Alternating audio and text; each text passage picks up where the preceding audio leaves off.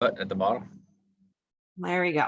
All right. So I'm going to jump in because I have a hard stop at the top of the hour because I got a coaching call right behind the class. So we're going to jump in, and I may skip some slides just because I want to get to the meat of this class, which is the actual activities that we want to talk about for both buyers and sellers. So just bear with me. And you do have I sent the class materials for both of you. So if you want to pull those up and follow along, you can.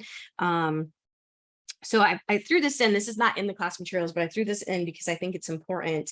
I love this book, The Greatest Salesman in the World by Og Mandino, and it's 10 scrolls. And so if you read each scroll, the idea is that you study each scroll, one scroll for 30 days. And so it'd take you 10 months to get through the whole book. And so the quote here is that in truth, the only difference between those who have failed and those who have succeeded lies in the difference of their habits. Good habits are the key to all success. Bad habits are the unlocked door to failure. Thus, the first law I will obey, which precedeth all others, is I will form good habits and become their slave. And so when we think about habits, that's kind of what this class is all about, is creating good habits and having systems around the processes that we do. Anything in our business that we do more than 3 times should have a system. And I remember going to real estate school and thinking like the first day I stepped off the curb, I was going to get sued, right? Because they just scared the crap out of you with all of the bad things that can happen. And when we have systems in place and we treat our business like a McDonald's, and we have those things that we do over and over again, that really does reduce the risk that comes with this business, right? We're allowed to practice law, but no protection that lawyers have, right? And so it's kind of an interesting job that we have when it comes to that. So this class is really just about your habits and creating good habits around this business. So every day in Africa, the gazelle wakes up and it knows it must run faster than the fastest lion or it will be eaten. And every morning the lion wakes up knowing that it has to outrun the slowest gazelle, otherwise it will starve to death. So the question becomes, are you the gazelle or the lion? But either way, when you get up in the morning, we need to be hustling, right? They both have a purpose, right? They're both being proactive and intentional. So, and proactive just means to produce action, right? To produce, well, I guess action is the word I'm looking for. So I thought I had another word in my head, but I don't. So just being, it's not being reactive. And we tend to be very reactive in this business. And especially because we have these cell phones, right? When I first started selling real estate, I actually had to go to the office to check my voicemail, right? So we didn't have cell phones. And so we become very reactive to that. And it's so easy, especially if we use our cell phones in the morning to wake ourselves up, which PSA, they do still sell alarm clocks at Target that you can go buy and not use your cell phone if you don't want to. And so there are other ways to wake ourselves up. And what do? We grab our cell phones, and the first thing we do is we start checking our notifications. And I've been guilty of this, right? Something comes across the middle of the night that's not positive, sets the tone for my entire day. Right? I am in a bad mood for the entire day. So, so be mindful of that. And I'm not saying that it's, easy to do, but just be mindful that there are other ways to start your morning that's going to fill your day with, being proactive and being intentional. So you guys know who Nick Saban is, I'm assuming. So he is a football coach for Alabama University, I believe. He's a pretty hardcore dude, right? But he's won a lot of championships over the years with his football team. And so this quote up here it's a little direct, right? People assume everyone wants to reach their potential and be the best they can be. I've concluded most only want to be average and do just enough to get by. And so we see this, in real estate, right? Just being average, and average is okay, but do we want to be more than average, right? And doing the activities that, and Anne has a great why and a great goal. And so, she wants to be rookie of the year. And so it's a very clear goal, right? And so in order to be rookie of the year, you can't be average, right? You have to be a cut above that. And right now, with the market starting to change and return to pre-pandemic and more of a balanced market, agents who, didn't know how to prospect or didn't know the right activities to do in the last 3 years will struggle, right? But the agents that have had a foothold in the community and they have, they're known for their marketing and their experience, those are the agents that are going to thrive right now, because they're going to be in great demand, right? So that's not to say, Anne, that you won't be in great demand, but you're going to have to hustle, right? You got to get out there and build a reputation for yourself. James, did you have something you wanted to add? No, I had just gotten a phone call. I didn't want you to hear it. Okay, awesome. So some of the things we want to talk about is, getting the most out of our hours. A lot of times we get stuck in fake work or things that are not dollar productive. And so we have to set the priority, because 75% of what we do in a transaction is non-money making activities. It's all vital, right? It has to be done, but it doesn't necessarily have to be done by you. And so, and one thing I would encourage you to do is just pole vault right into using the TC, right? Just go ahead and set up an appointment with Janice and Stephanie, see which one is the better alignment for you. I think Janice is probably going to be a better alignment. Just having spent a little bit of time with you and your personality, but I would interview both of them. Okay. And a lot of new agents say, but I want to learn that part of it. You're still going to learn it. They're not going to cut you out of the transaction and just take over. And it's so worth not even just having that bad habit start to think that I have to be the one to do it, right? Because again, 75% of what we do can be delegated. That frees you up to focus on what is the most important thing, and that is prospecting. And then are we consistently operating at our highest and best use? And I think most agents don't even know what their highest and best use is. And so I'm here to tell you that it's prospecting, right? It's getting face to face with enough people and having enough conversations, whether they're ready today or they're ready in 6 months or a year from now. That is the most important thing that you have to do, to create the success, right? Is prospecting every single day. Or marketing. Nate will tell you he doesn't necessarily prospect and pick up the phone and call people, but every single day something is going out into the universe to let people know that he and his team are in business, right? That something is going out, whether that's a postcard or a newsletter or whatever, right? An email, something's going out. And then, so again, what is your highest and best use? I just answered that, but it's prospecting and getting in front of people. So, so I love this slide here. So if we talk about the capacity of a 6-ounce glass, we know that can only hold 6 ounces, right? And so time becomes really the thing that we want to leverage. And, when we get into real estate, it takes, 25 to 30 hours on average to work a buyer. It takes 5 to 6 hours to work a seller.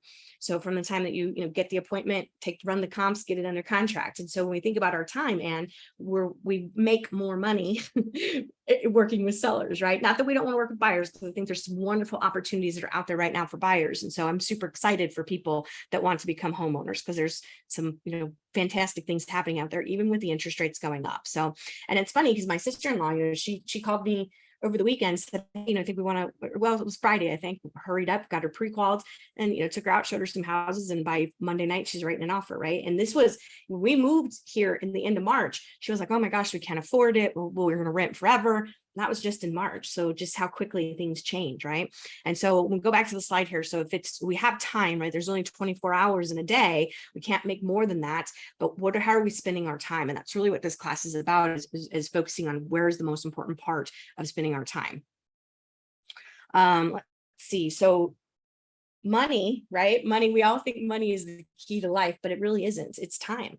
Because at the end of when your life is over, right, there is no more time, right? It runs out. And when my father-in-law passed away, gosh, it's going on probably 5 years now.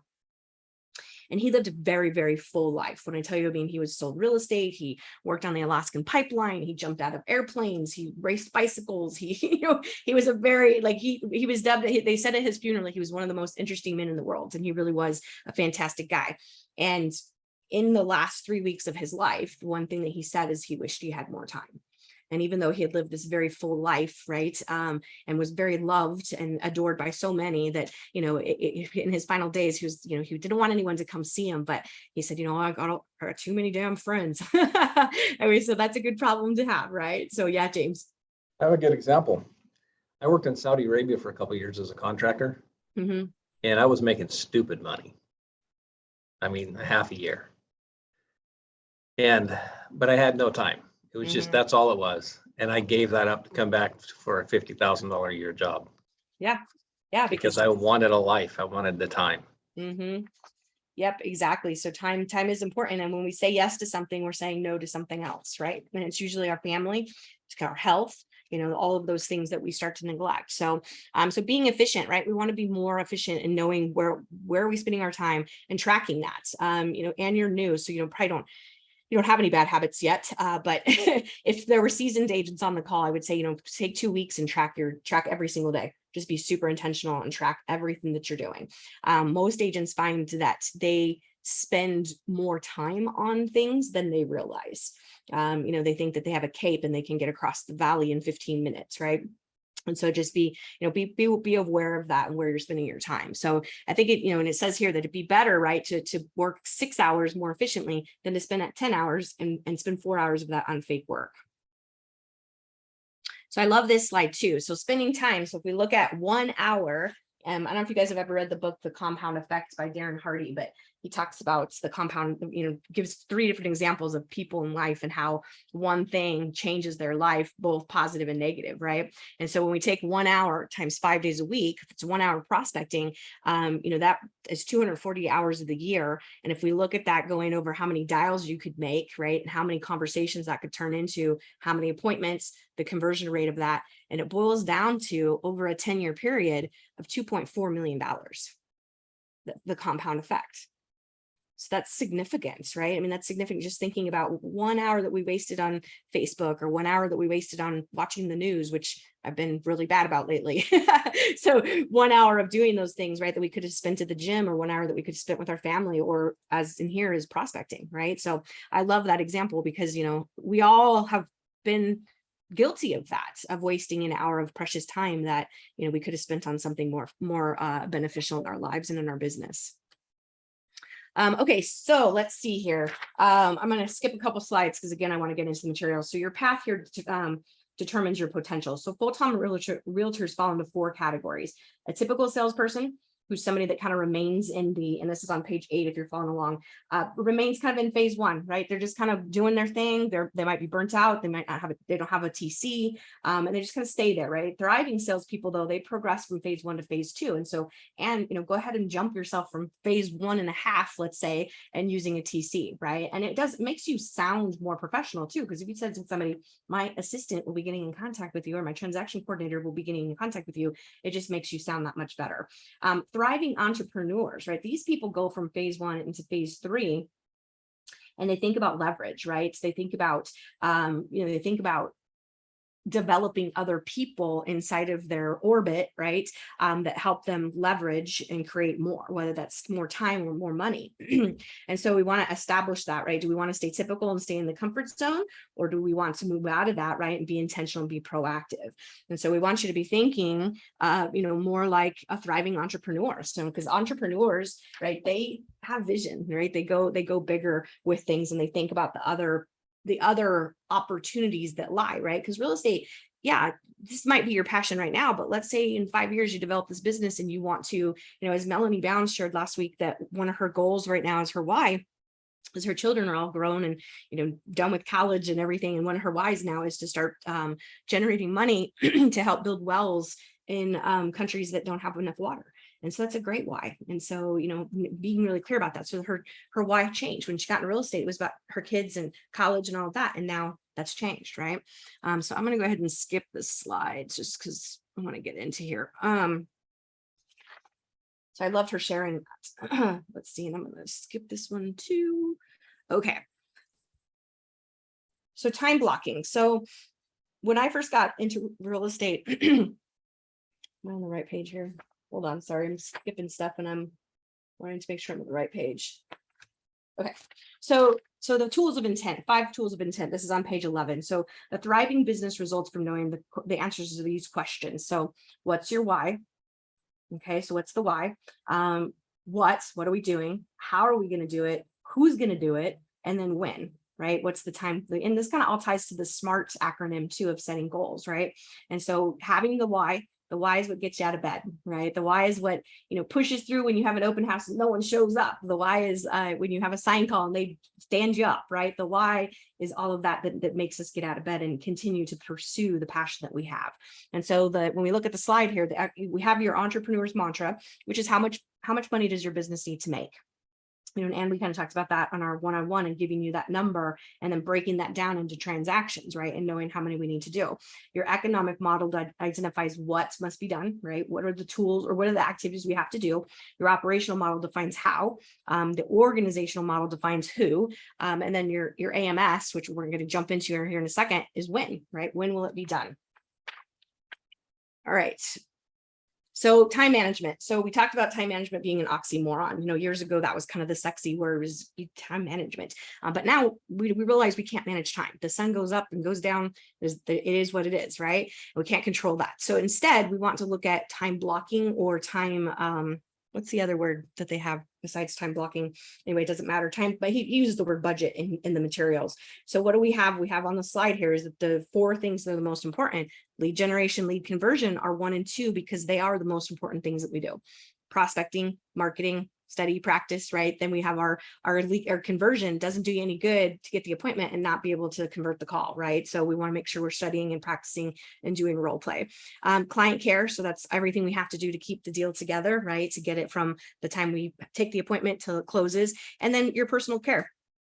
Coming to classes like this, right? Going to masterminds, listening to podcasts, reading books, all of those things that help you develop your skill, right? Because everything's always changing. You know, I've been doing this for a long time, and I had a situation happen. I had a closing a couple weeks ago, and something happened at the end that just wowed me that I'd never had happen to me. And I mean, it was no big, I mean, it was stressful, but we ended up working out fine, but it had never happened to me before. And it was just like, you know, in 25 years of doing this, like, you know, there's always something new, right? That you can continue to learn. And, you know, as the market shifts and things happen, you know, within the economics of things, we always are constantly learning, right? So, you know, and I think it's testament to the culture we have here at Remax Professionals that our owner shows up to stuff, right? He's always the guy in the front row, right? And he's got the alphabet soup behind his name. And so I think that's a testament to the culture that we have. The education and learning and development is super critical. And that attributes to why our agents have the success that they do.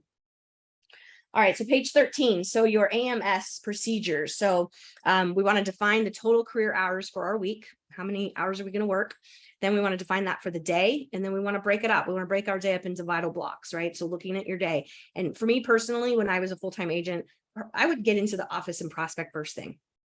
I wanted to get it done and out of the way. And then I reserved my afternoon for my appointments. And then, you know, figuring out what your big blocks are, right? So making sure that your family, you know, and your health get planned into your day. And then we want to record those, right? So we want to record the activities. So having the calendar. One little tip that I can give you is if you create your calendar, what we call the intentional week, you put it in your calendar, put it in your Google. If you use Google, you can create an overlay. And so that overlay, you can do that, kind of have some fun with it, right? Put it in color. Maybe your prospecting's in green, maybe date nights in pink. And if you have that in your calendar, it will be there. Now you can override it, right? You can schedule something in there, but over time, what will happen is that will kind of become that nagging voice that says, don't schedule that. And you said you'd prospect that time, right? And so over time, it becomes that habit, right? Of not scheduling things in there. Because you got your planner, James. Exactly. So I still use paper. you still use, yeah, then that's fine. Paper's totally fine, right? As long as you're putting your big blocks in and you know that it's happening. All right, so then we're going to get into the checklist, right? And then at the end of the day, we want to assess our progress. We want to reflect, right? What went right? What could I improve on? What did I love, right? What was the positives that came of that? We want to revise. What can I change next time? And then release it, right? Let it go. If you need to listen to the Frozen song, let it go, then do that, right? Whatever's going to help you let that go. And one tip on prospecting, don't end your prospecting time on someone telling you that realtors suck. Because the next time it comes up on your schedule, you're not going to be inspired to do it. So even if it's leaving a voicemail, you know, make sure you end your prospecting on a high note. And then we want to repeat that, right? Repeat it daily until we can master that. And then in the materials, it talks about if you waste 2 hours today, then add it tomorrow, right? So that you know you're getting your hours in, right? I used to do the Buffini system was writing 5 notes every day, right? 5 note cards. And sometimes it was freaking hard to write 5 note cards. Like you're writing a note card to the gas attendant, right?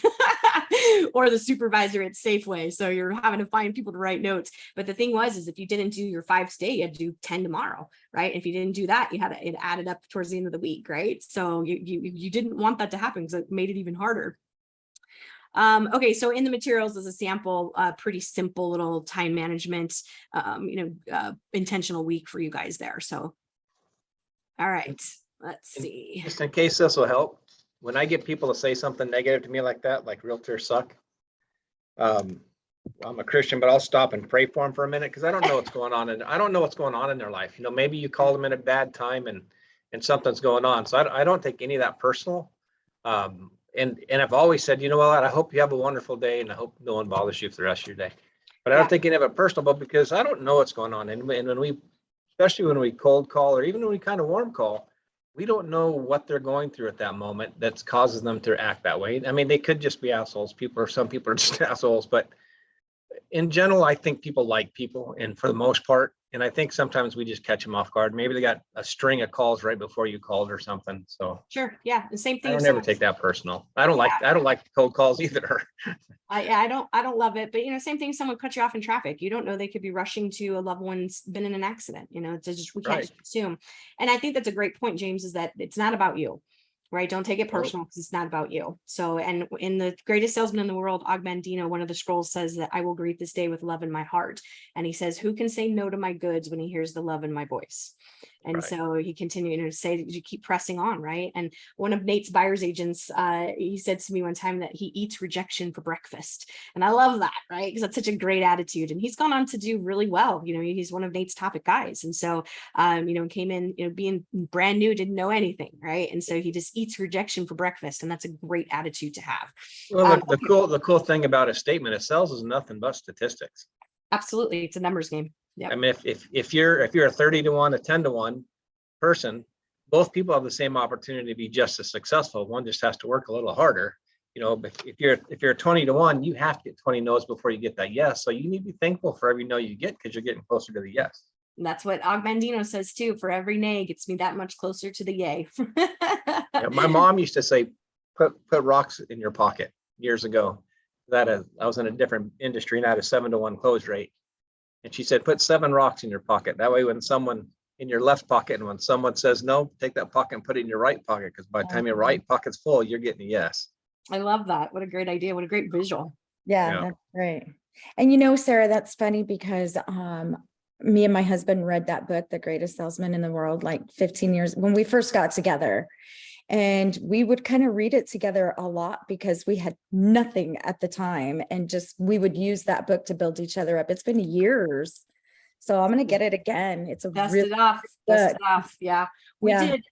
So that is the core values of Workman Success, the company that Nate and I coach with. Okay. It's their core values. So a lot of the stuff is all, built around it. But we did a mastermind, like some of the people a couple years ago that were coming through Momentum, we did a mastermind together and we actually did the book twice. And so we studied it because the concept is you read one scroll every day for 30 days. You're supposed to read it 3 times. So it takes you 10 months to get through it. So, but it's a fantastic book for. It is. Yeah. It so, is. And It's if you haven't, powerful. I like it. if you haven't listened to Matthew McConaughey's book, Green Lights, that's a fantastic book too. It's not really a business book, but it's just his story, but there's lots of good little nuggets through there. And he actually read The Greatest Salesman in the World and studied it for 2 years. And so, and he was interviewed by Brian Buffini and he kind of talks about it a little bit. So you can look that up if you want to, but if I'm not a huge McConaughey fan, I am after listening to his book. He's a great storyteller. So it's a really good book. So, but anyway, I listened to him on Audible. Yeah, I did too. And I love that book. I know it was fantastic. It was very entertaining. I would definitely get it on Audible because he's hilarious. he narrates it too, so it's he's got that cool sounding voice. Anyway. He's funny, him and himself. Yeah, so he narrates it. It's going to be good. Yeah, absolutely. So anyway, all right. So page 16. So let's get into the vital activities. So there are 47 vital activities for listings. And so when we think about lead gen, right? This is sellers, right? Getting face-to-face, having phone calls, having meetings, email.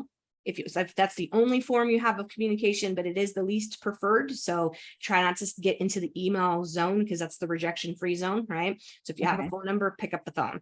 Expireds, right? Terminated listings. I think there's when we talk about opportunities right now, that's one of them, right? Checking the expireds and checking the canceled without naming company names. There's one particular company out there that has a ginormous amount of cancellations. And those are great opportunities because those people still probably have a need to sell. So there's, we have a class. In fact, I have it on the calendar for August because of the changing market. We're going to talk about expired listings and how to go about that. Of course, we have your networks, right? Your sphere of influence, your top 50.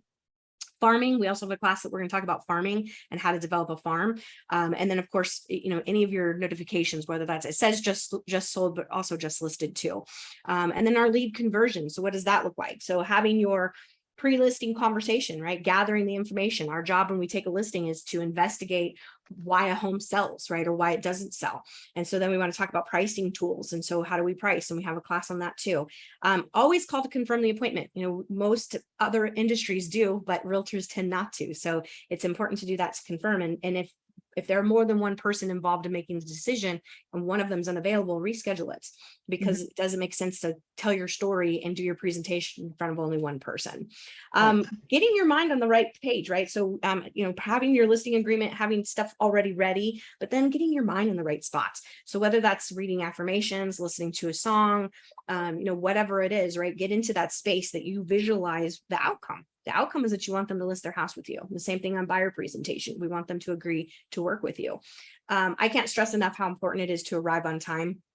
You know, if we're late, that demonstrates a lot to a potential client. This is on both buy and side sellers. If we're late, it demonstrates that we don't have respect of their time and we don't have respect of our time. So, and don't get early, right? I was raised that if you're not there 10 minutes early, you're late. So I've spent a lot of time in my car driving around because, you know, people don't want you to be early.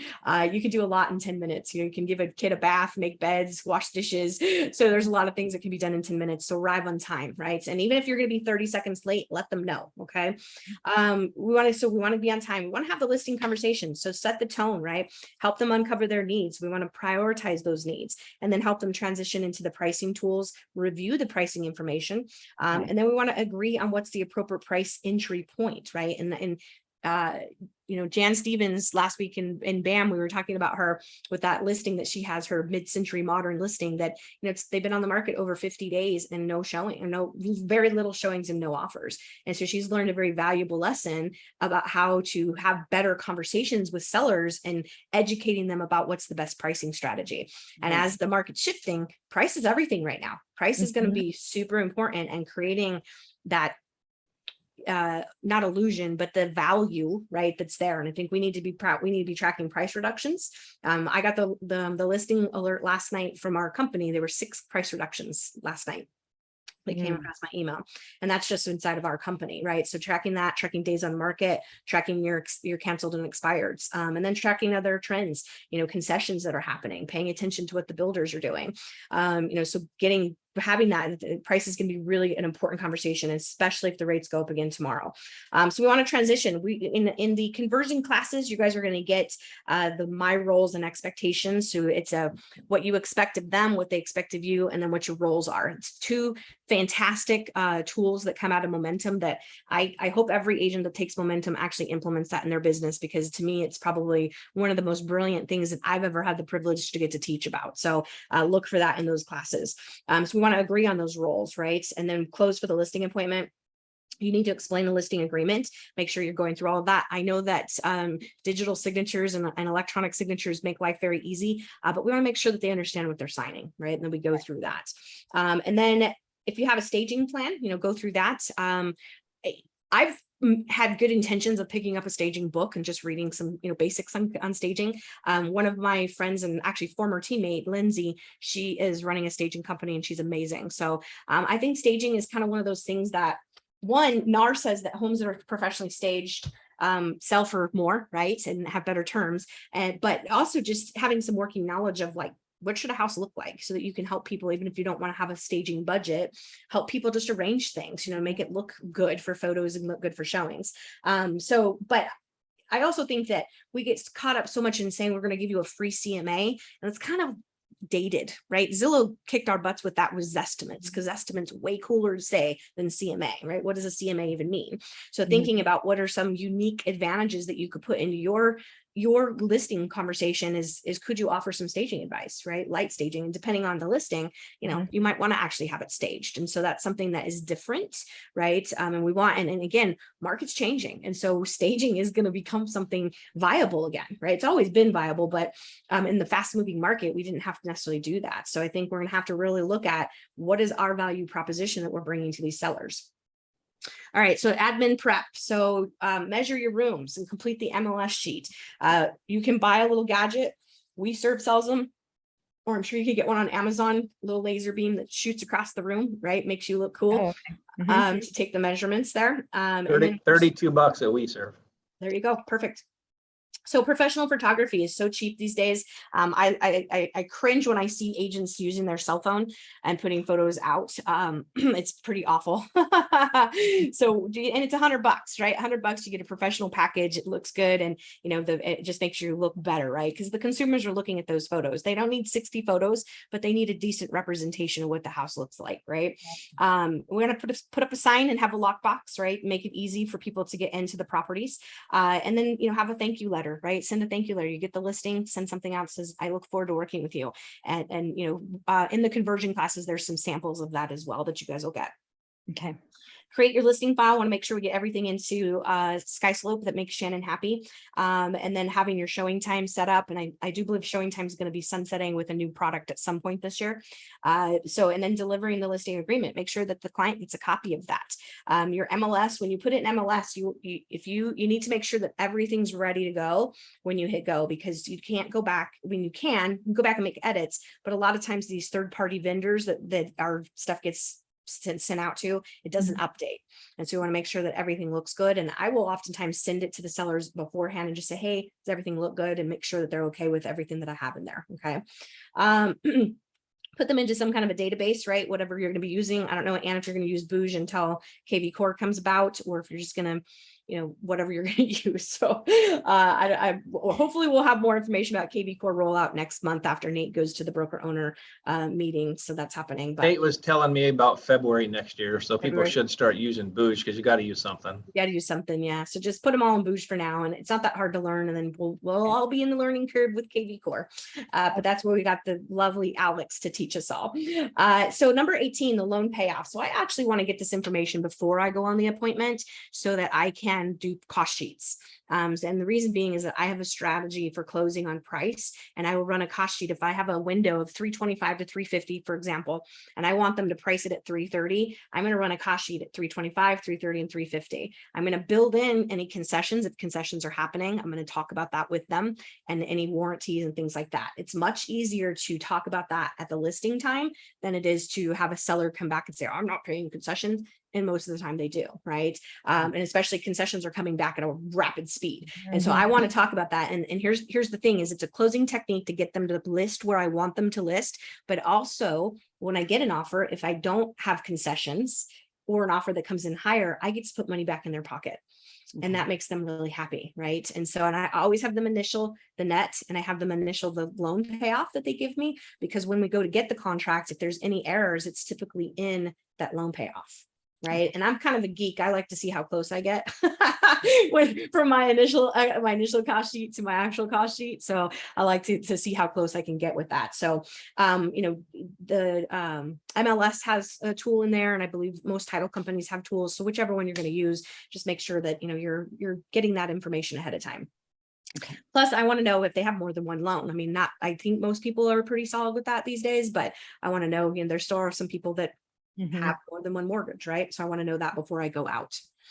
So marketing and exposure. So we want to put the house in the MLS. The MLS is the baddest tool that you have, and it syndicates to lots of different other places. Just sold postcards. If that's something, I don't necessarily, as a brand new agent, you may not have the budget to do something like that. So that's something down the road, especially if you're going to develop a farm, that would be something we'd probably focus on there. But you can push it out to your social media, push it out to your database. There are all those things, ways that we can advertise that. You can door knock, right? Advocates 25 houses. If you're going to do an open house, I advocate 40. So 10, 10, 20, right? On door knocking. And then if you're going to call the neighbors, make sure you're buying a list from a reputable company, right? And following the do not call rules. And then feedback, right? Showing time is awesome. If you set it up, it actually solicits the feedback for you, which is very cool. And then we want to prepare those updates, right? Call the seller, call them with weekly updates. Even if you have nothing to update them on, call them. I always feel bad when my clients call me first, because then I feel like I've let them down. And so even if there's not an update to be had, still call them and just let them know that. MLS actually there's a place on there, and I don't remember exactly how to do it, but there's a way that you can see how many times that home's been viewed, how many times it's been favorited, how many times it's been blocked. And so then the blocked is really critical, because that's the times that the market has said, no, I'm rejecting you. And so that's a critical information to give to your seller, right? Because we got to adjust our price. Okay. Presenting. So this is my favorite part, is negotiating. So we want to, proactively solicit multiple offers. We want to present those in a timely fashion, right? And I always vet the lenders out. And if you want my lender questionnaire, send me an email and I'll send it to you. We developed this years ago on Nate's team, and it's interesting how many lenders will give you the information, even though they're not supposed to, right? So we worded it so that we can, if they say no to one question, it's in there somewhere else to still try to get the information, right? And so I don't present any offers to sellers without talking to the lender. I just don't. That's something that's a hard line for me. And if they are paying cash, I want to see proof of funds. So, and I've found that the lenders that brag about how great they are typically aren't. So we want to make sure that we're vetting that out. And then of course, deliver the contract and then negotiate any repairs and make sure that you're getting copies of repair notices to make sure that that gets passed on to the other party. Closing prep. So we want to schedule the closing, which typically the title company helps with this. You want to communicate with all parties throughout the transaction. Don't disappear. And especially if something starts to go sideways, you want to make sure that you're being upfront and proactively working with everybody involved. Review the title commitment. I know sometimes we get a little lazy because we assume that our title people are looking at it for us, but make sure that you're taking the time to learn that, right? Especially being new, take a peek at it, make sure that everything looks good there. And then ask a lot of questions, because being new, you're not going to understand it. Sure. Yeah, absolutely. Yep. It's going to look like foreign stuff to you. So, and yeah. And if you go to title, go to Jody at Title Alliance, she'll sit down with you and answer any questions that you might have and talk about the process with you. So, and you want to review the closing statement, and this is on both buy and sell. So you want to make sure you're looking at that, especially if you have negotiated any concessions, that those are accurate. I one time had a title company try to slip in a rush fee on an HOA because they had dropped the ball and didn't order the HOA, and they tried to pass that off. And I was like, no, my client's not paying that, right? So we want to make sure, and people have fat fingers, things happen where a zero gets added to things. So we want to just make sure that all of that looks right. Okay. And if you don't understand it, talk to somebody and ask questions, right? So that you can be aware of that. And then attending the closing. I will admit that I haven't attended very many closings, but having taught this class for the last 12 years, the agents that come through and tell me that they go to their closings, they say it's the last opportunity they have to really represent their clients and to deepen that relationship. It's also a photo opportunity for social media, right? And usually you just sit there and look pretty, but sometimes there are things that go wrong, that are wrong in the title papers. And, if you're there, you can help with that. So I think, for first-time home buyers, probably pretty critical to attend, just because they're scared and they don't know what the heck they're signing. So, and I think for your more seasoned people, maybe ask the question, right? Would you like me to attend? And just, don't assume that they're okay with you not going. So, and, like I said, I've had many agents say that it's important to go. And then our post-closing activities. It's not in here, but either buyer or sellers, I like to show up on moving day with food, because people tend to forget to eat and bring cold drinks because they forget that too. So if it's hot, bring subs, right? Don't bring a pizza, but bring subs, right? Something that's got good calories in it that are going to help them fuel up while they're moving. Send a survey. So we used to actually send surveys in the mail, but now you could I would encourage you to do your Google business. So Google My Business, you can actually, once you set that up, you can send a link out and ask for a review on Google. They can put pictures and video and all kinds of cool things on there. You could also use your social media if you want to put that out there. And make sure you change the status in the MLS, right, as quickly as possible, and make sure it's accurate, because if the information is not accurate, it is finable. And so we don't want you getting fines by MLS because you put in inaccurate information in there. And again, just sold, if it's a farm area, want to send out some just sold postcards or door knocking, letting people know, hey, I just sold this house, and your new neighbors are Jim and Sally, right? And oh, by the way, I sold this house for this price. That's educating them about what's going on in the market. So again, if you're going to make phone calls, make sure you buy your lists from a reputable company, but I don't think you're there yet, Anne. So we're not going to talk about buying lists quite yet. So let's switch to buyers. So buyer activities. So again, lead generation, this is page 19. Lead generation is getting face-to-face with people, right? Having open houses, looking on your social media, doing all those things that we've talked about with listings, right? Just trying to find people that might be ready to buy. And then our lead conversion. So there's a lot of things in here talking about your buyer presentation. And I'm a stickler about buyer presentations. I can tell you in 25 years of selling real estate that the two transactions that were two of the worst nightmares that I've ever had to encounter that didn't close, both of those I did not do a buyer consultation on. And, the one of them was, I don't have time to share the story with you, but I will someday, but it was a nightmare. And I let the buyer just really push me around, and he was a friend of a friend, and I just let him push me around, and it was really a shitty situation. So after that, I like hardcore, I will not deviate from that. And a buyer presentation doesn't have to be complicated. And so when you run out and you just show one house here and there, you're not gaining the commitment of the client. So buyer consultation is just sit down with them for an hour. I go through the contract. I get all the addendums signed. I talk about the buyer advisory, talk about the market advisory, talk about agency, right? I get all that stuff signed and out of the way, and I go through the contract. And by the end, and because people think buying real estate is what they see on freaking TV, right? Mhm. They don't realize that that's not reality, right? And so by the time you sit down with them for an hour and you explain the contract, they understand that they need representation, because they're kind of scared at this point, right? So that's my whole and we could talk about all the materials here, but that's really what a buyer presentation is. I mean, you can go get a buyer book if you want to and have that, but at the end of the day, just sit down and go through the contract with them and gain the commitment. And so if they do end up going to an open house, which my clients don't, because I talk about that in my consultation, we talk about for sale by owners, we talk about new builds, and we talk about open houses. And that if you see any of those, call me first and I will meet you there, right? And so if they should happen to do that, and if someone says, did you sign anything? They're going to say yes, right? Because they've signed all the disclosures with me. Okay. That's not to say that you don't get good at getting a buyer broker assigned, but that's a conversation for another day. So, so going back to the materials, we want to build a rapport. We want to help them uncover their needs and wants and help them prioritize that. Someone says, I really need a 4-bedroom. Well, would a 3 and a den work, or 3 and a loft work? So we want to kind of open their mind up to other options, especially depending on their price point.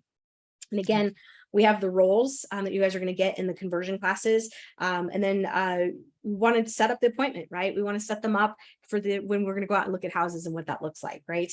And then of course, their financial, the word in here is to check their financial ability, right? And I think, that's a really important conversation to have, obviously understanding where they're at in their price point, but not taking them to the top of the price point, and being respectful of what they're comfortable with, right? Because that builds rapport, builds trust, and makes them feel like you're not all about the commission breath, right? And so we want to make sure that they feel comfortable with that. So checking your financial comfort zone, your financial ability, those are all better words than saying, are you pre-qualified, right? And by the way, that's actually now considered offensive to ask someone if they're pre-qualified. And so the script, and this is what I learned to say back in the day. So will you be paying cash, or will you be getting a loan? Okay. So to say that instead of, are you pre-qualified? And paying, we used to do it as an icebreaker, right? To say, will you be paying cash? And then people would laugh, right? These days, there's a lot of people with cash, right? And I joke that, the people in the Starbucks with their essential oils and man buns, right? Somehow they made it. Somehow they got the money. So I know they did. So right. So there's a lot of cash. So we can't just assume these days that, that they don't, right? So, but it does help to break that ice. And if they say that they need a lender, then great, I can refer you to a lender, right?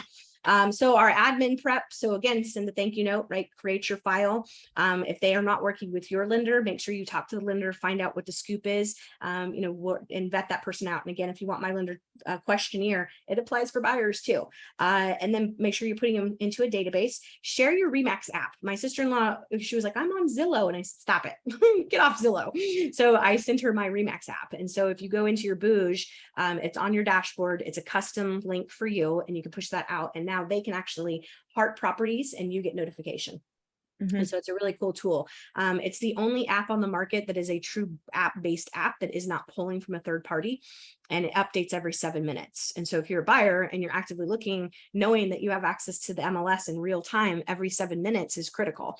The other cool thing about the app is you can take your phone, and with the augmented reality, you can actually point your phone, the camera, to a house that's for sale, and you get all the information right away. So it's very cool. Yeah. So definitely get familiar with that. Okay.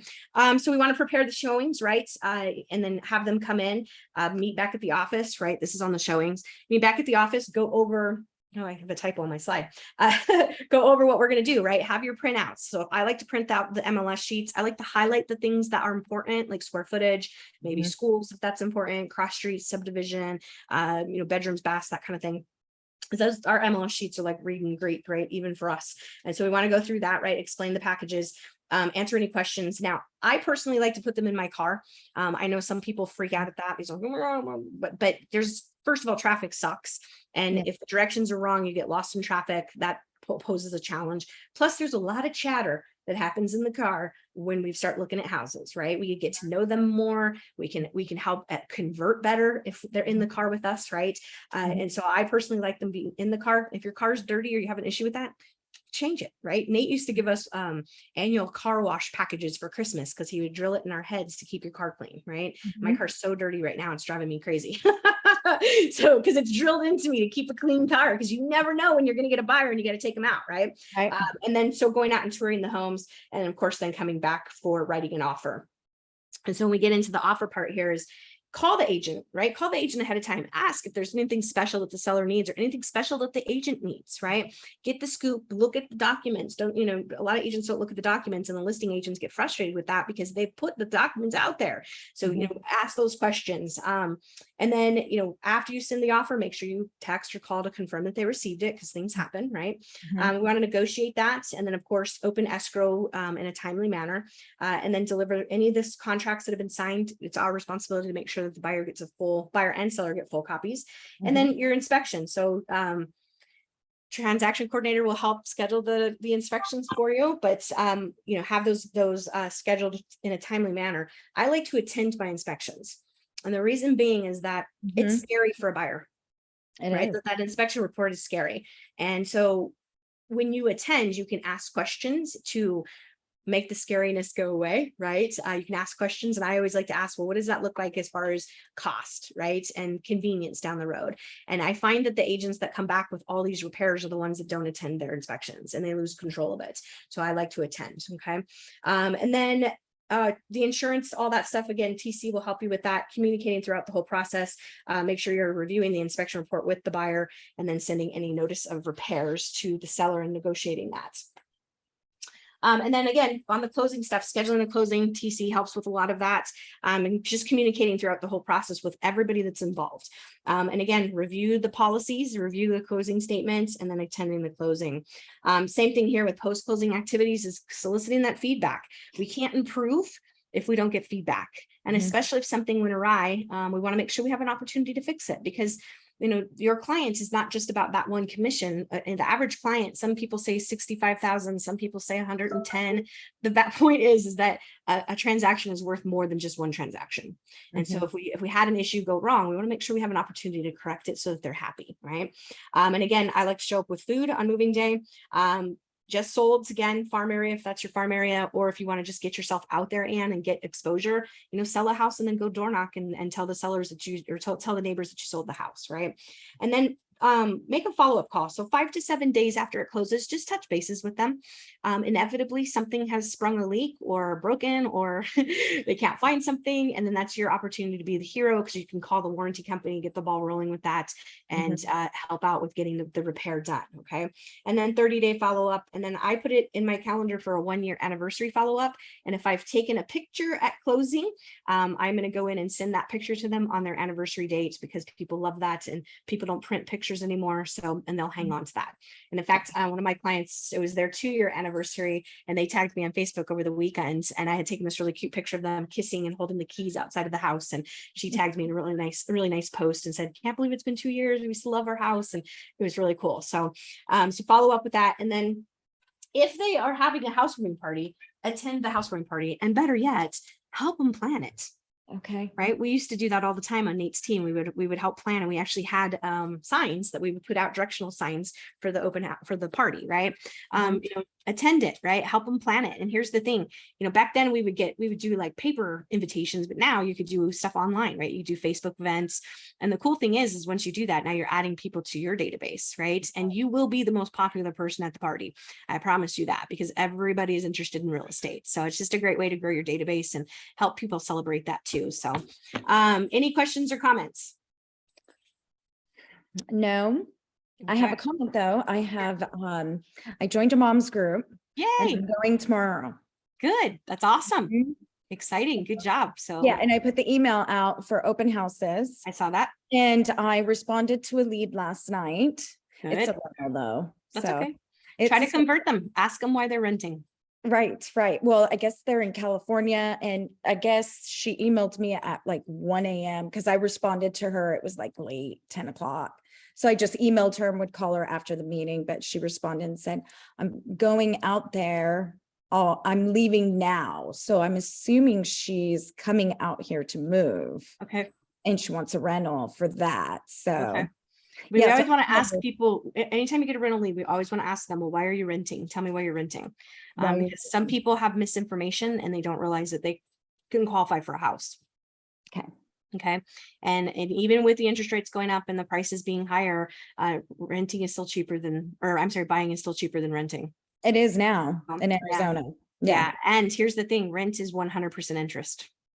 It is. Think about that, right? And you're controlling, somebody else is controlling your financial health, right? And then, I'm going to wrap up here, but I had seen a statistic, and I don't quote me on this, you have to look it up, but it was significant, the financial wealth of a homeowner versus a renter. It was like 15 grand versus like 200 grand. So it was significant. So yeah, but anyway, James, you got comment? You came off mute. I'm a little cold when it comes to rentals. When I do a rental thing, I'll give people 1 day and that's it. Yeah. I'll go, I'll show you 6 or 7 houses, but you got to pick one. Mhm. Okay. Because it used to be you got 3% of the rent no matter what. And now if you look at the MLS, people are putting in, they're only paying you $200 to get that rent. And yes, in the future, can that become a client? Yes, but can you count on that? No. And Right. especially in the very beginning, if you don't have anything other than to do, it's okay, but you can't just give your time away either. Right. You'd be better off spending time prospecting, like Sarah was saying earlier, to Mhm. get one buy. I mean, one buy if Right. you're going to get paid $250, you get one house sold at $475, I think is now the average. You're looking at a $14,000 Right. commission. That's Right. worth rentals, Yeah. right? 5 or 6 Plus- rentals. So Plus the thing about rentals is they have the most 60. risk. They have the most risk. So, and the least paycheck. So, but it's okay. Get your feet wet and, I had talked to Kim about it and James about it yesterday. So it was like when I got it and it was like 9:30, I'm like, oh, I gotta answer it. it's really good practice to speaking with clients, though. Yes, Sure, absolutely. yes. Yeah. And Cool. that's the one thing that doesn't bother me at all. I did collections for mortgages. So cold calling and talking to angry people is a skill I've earned. Good. Now I like how you said earned instead of learned. Yeah, exactly. I earned that. Getting cussed out all the time. Yeah. I earned You're that. gonna kill it, Ann. You're gonna be great. I can't wait. I'm just chomping at the bit. So tomorrow I joined a mom's club. I don't know how you feel about this, but it's the gubernatorial. I can never say that stupid word. She's running for governor. It's Moms for Carrie Lake. And I feel that I could meet a lot of business people and make my rounds there. Cool. All right. Well, make sure you you probably haven't got your name tag yet, but yeah. I haven't got my name tag. I ordered the pins, the little balloon pins, and then I Nice. ordered the magnets for my van because I got the van doors that slide. That was Cool. it's going to be here probably next week. So I don't have anything to give out. What would you recommend? Oh, well, you have your business cards yet? No. Okay. Well, When then did you order them? Did you order them? Well, I had to go and take my picture. So Okay. yeah, and that was last week. It was all done last week. I'm just waiting for them to come in. Well, Orlando. you should have them any day then. They're fast. They're fast. Okay. Yeah. So I'm just waiting on Brian, or I'm sorry. Orlando. Orlando. Okay, cool. Awesome. Well, good luck with that tomorrow. So, and I will see you guys next week. Okay. Okay. Awesome. Have a great day. Great class, Sarah. I'm going to put out a thing. I'm going to email all agents that just a reminder for your classes. I know you do too, but I'm going to just send out an endorsement. Awesome. Thank you. I appreciate it. So you guys Oh, have a and great day. Sarah, I'm going to send you the email for the lender questionnaire. Okay, perfect. Yeah. And I'll send that back to you. Okay, perfect. Okay. All right. Great. Have a great day. Talk to you Okay, later. bye. Bye.